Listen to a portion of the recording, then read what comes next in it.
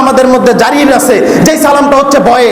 আমি জানি এই লোকটা খারাপ, আমি জানি এই লোকটা নারীদের সাথে সম্পর্ক রাখে, এই লোকটা সুদ খায়, ঘুষ খায়, এই এলাকার মধ্যে মদতি, এই এলাকার মধ্যে সকল বাজে কাজের মধ্যে এই লোকটা অংশীদার আছে, কিন্তু তাকে দেখা হলেই আমার সালাম দিতে হয়। কারণ আমি একটা পরিবার নিয়ে বসবাস করি, পরিবারের মধ্যে আমার মেয়ে আছে, আমার ছেলে আছে, আমার আত্মীয় স্বজন আছে, আমার জমি আছে, আমার এই এলাকার মধ্যে থাকতে হয়, আমার বাড়ি বানাতে হয়, আমার গাড়ি রাখতে হয়। আমি যদি তাকে এখন যদি সম্মান করে যদি সালাম না দেই, তাহলে আমার পরিবারের মধ্যে সমস্যা হবে। আমি একটা বাড়ি করতে চাইলে দেখা গেছে যে বাড়ির মধ্যে আমার ইট আনতে দিবে না, সিমেন্ট আনতে দিবে না, বলবে 5 লক্ষ টাকা দেন, 10 লক্ষ টাকা দেন, চাঁদাবাজি করবে। এই ধরনের লোকদেরকে মানুষ দেখা হলেই সালাম দেয়। আর আল্লাহর হাবিব আলাইহিস সালাতু ওয়াস সালাম বলেন, ওয়াকরিমার রাজুলু মাখাফাতা শাররিহি, মানুষ যখন একজন ব্যক্তিকে, খারাপ লোককে ভয়ে সালাম দিবে, এই অবস্থা সমাজের মধ্যে যখন জারি হয়ে যাবে, আল্লাহ রাব্বুল আলামিন এই সম্পূর্ণ সমাজটার মধ্যে সম্পূর্ণ বালা মুসিবত দিয়ে ঢেকে